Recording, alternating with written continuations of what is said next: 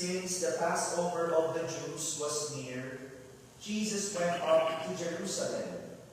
He found in the temple area those who sold oxen, sheep, and doves, as well as the money changers seated there.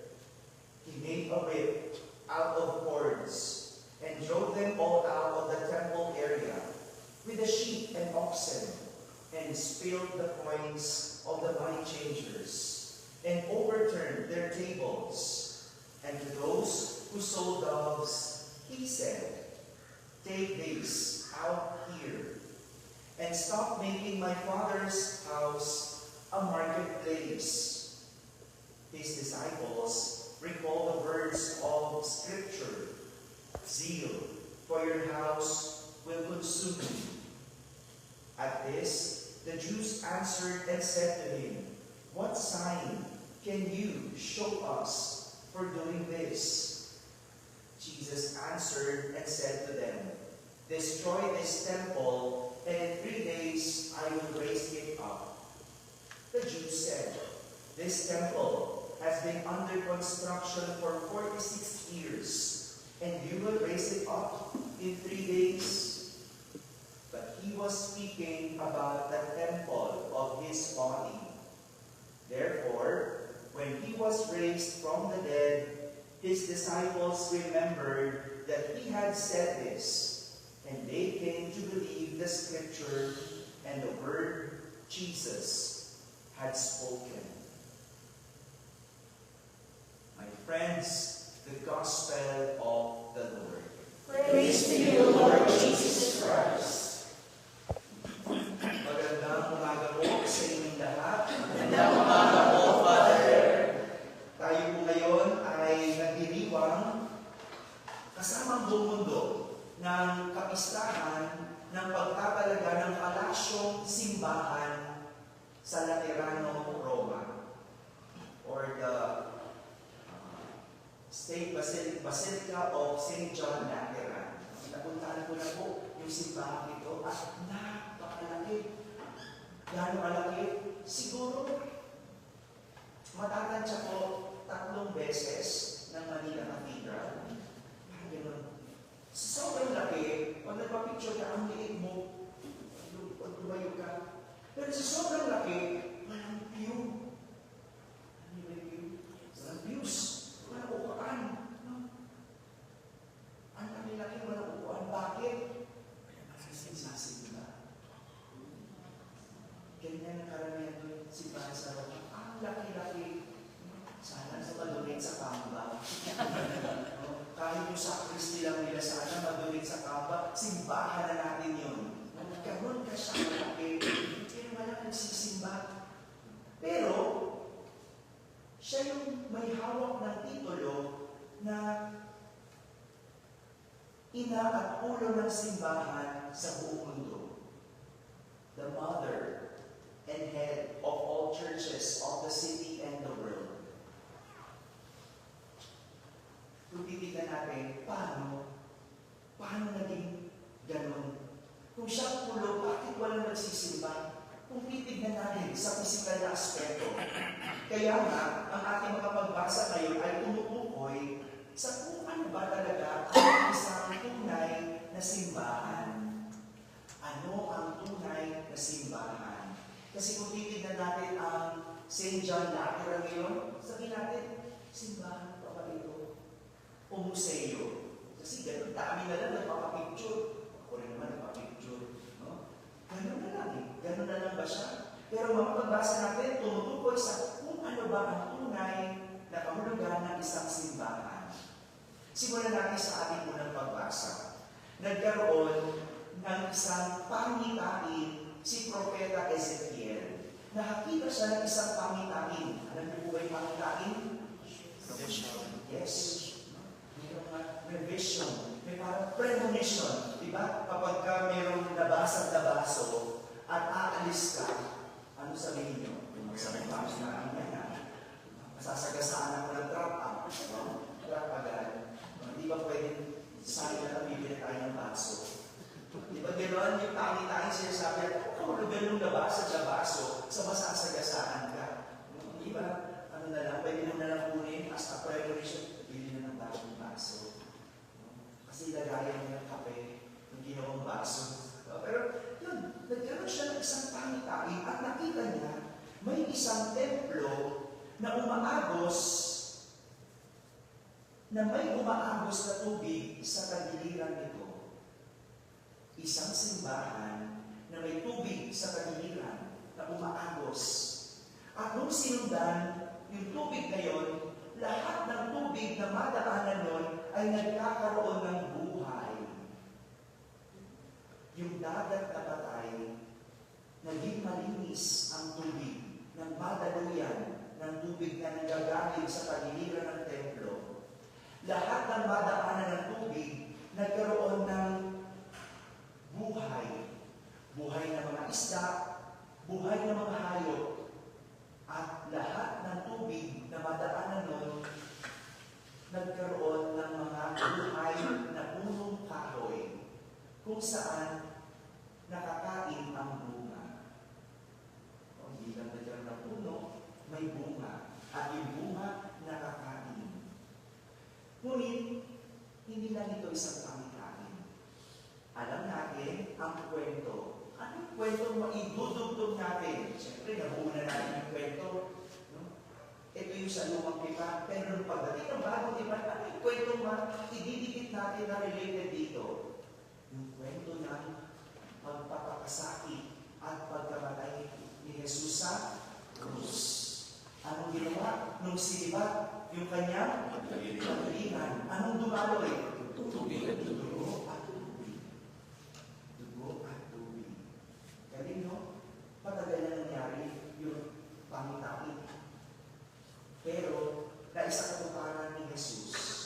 Na ibig sabihin, ang lahat ng madadaanan noong tubig na dumaloy kay Jesus ay magkakaroon ng buhay.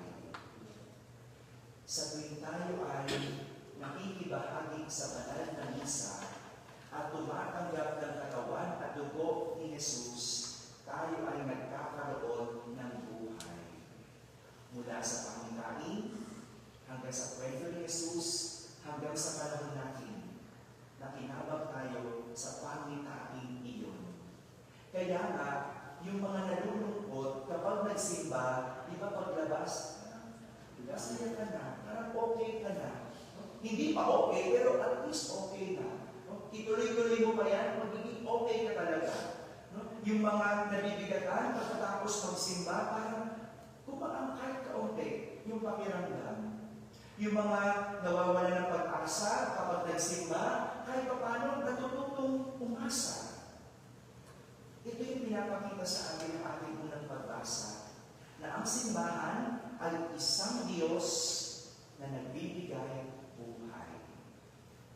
Isang Diyos na nagbibigay buhay. Samantala sa ating Ebanghelyo, isang galit na Jesus ang ipinakita sa atin ni San Juan. Galit siya kasi ginawang palengke ng mga tao ang simbahan. May mga nagtitinda ng mga dog, nagkalapate, bakit may mga gano'n? Kasi yung mga pang-alay mo, may mga nagpapalit ng pera, money changer, bakit nagpapalit? Well, kasi, di ba, pag buo yung pera mo, aalay ka, di ba? Alam naman sa gusto ka magpapalit, di ba? So, mapapalit ka muna para kakalahatiin mo yung bigay mo, kakalahatiin mo yung 20 pesos. 20 na lang, kakalahatiin mo pa, di ba? Yan yung mga money changer. Nagalit si Jesus, bakit? Ginawang palengke ang kanilang templo. Kaya pinagtataon niya ito. Nagalit yung mga Hudyo, nagalit yung mga pare, yung mga Pariseo. Bakit? Kasi sila yung makikinabang. Bakit mo pinagtataon yung mga kalapate? Offer yan. Bakit mo pinagtataon yung mga money changer? Magpapalit yan. Atin sa koleksyon. Kaya sabi nila, anong sign ang may papakita mo at pinagdagawa mo yan? Anong karapatan mong gawin yan? Sinubot sila ni Jesus. Sabi niya, ibahin ninyo ang templo ito at muli kong itatayo sa loob na 3 araw.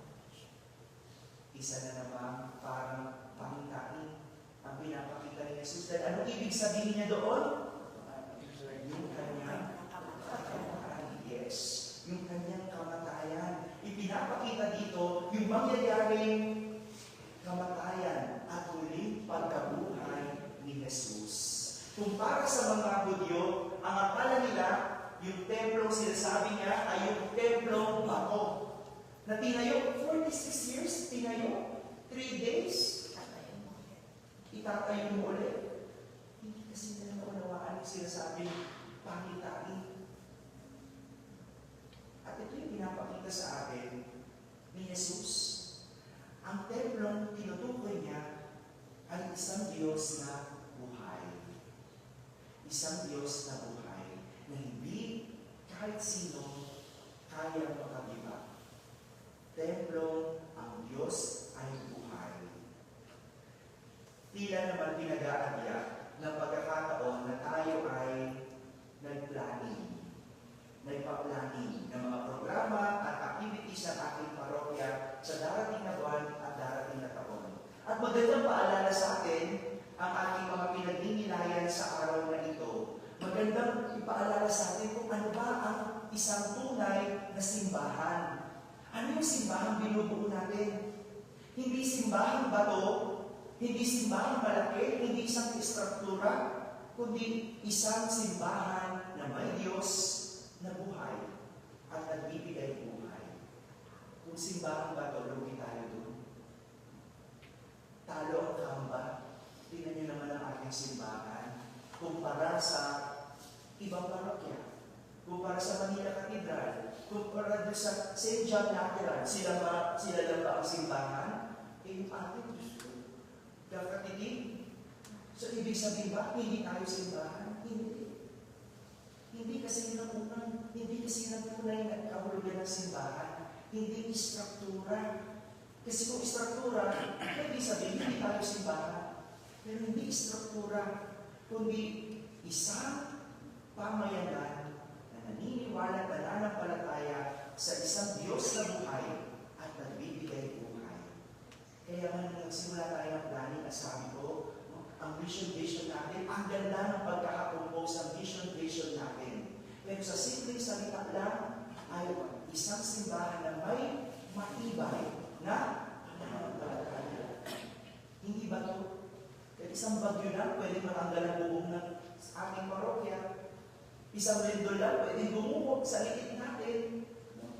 Kundi isang simbahan na may matatag na pananampalataya. Isang simbahan na maglalapit sa Diyos, o maglalapit sa tao sa Diyos, para magkaroon ng matibay na pananampalataya. Kaya yung pinaplano natin mga activities, dapat magdala sa tao para sa isang matibay na pananampalataya. Mapalapit ang tao sa Diyos. Yung simpleng pagsayaw ng manto, ano nga tawag natin doon?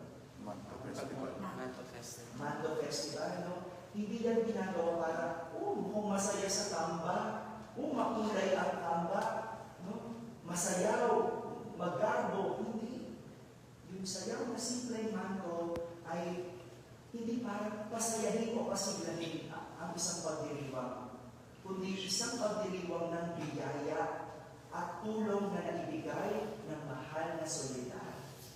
Yung pagkatapos mo pumarap sa problema, mapapasayaw ka. Yung pagkatapos mo magluksa at lumipas ng lungkot, mapapasayaw ka. Isasayaw mo yung bando na naging kapitan mo nung ikaw ay nagdurusa. O bakit ang Quiapo dinadagsan ng marami? Pag pumupunta, humahawak sa Nazareno, kasi nung nagdurusa sila at pinapasa nila ang krus, Nazareno ang kanilang kinakitaan. Nung natapos ang problema, bumabalik sila sa Nazareno para kapitan pa rin ang krus. Ganun din natin. Hindi tayo nagpapakitang gilas, kundi lahat ng gagawin natin may kahulugan para maging matatag na simbahan. Kaya yung mga nasa online, mga nagsisimba, paraan lang ito para kayo ay makapag-milay, makapagsimba, pero huwag kapitan kami mga pare. Alam ko, may mga kanya-kanya kayong paring sinusundan, kinakapitan, Pero pag pare tinapitan mo, pag umalis ang pare, o mamatay ang pare, wala ka nang kakapitan. Wala ka nang pakikinggan na homily. Hindi ang pare, kundi yung mananampalataya mo. Yun ang kapitan mo, yung Diyos. Hindi kami. Aalis kami, pero maiiwan ka. May iwan kayo. At ang maiiwan, yung matatag na pananampalataya ninyo na nabuo dahil sa isang simbahan. Mga kapatid, ang simbahan ay hindi lang struktura o gusali na pinapaganda, kundi isang pamayanan na nananampalataya na ang Diyos ay buhay at nagbibigay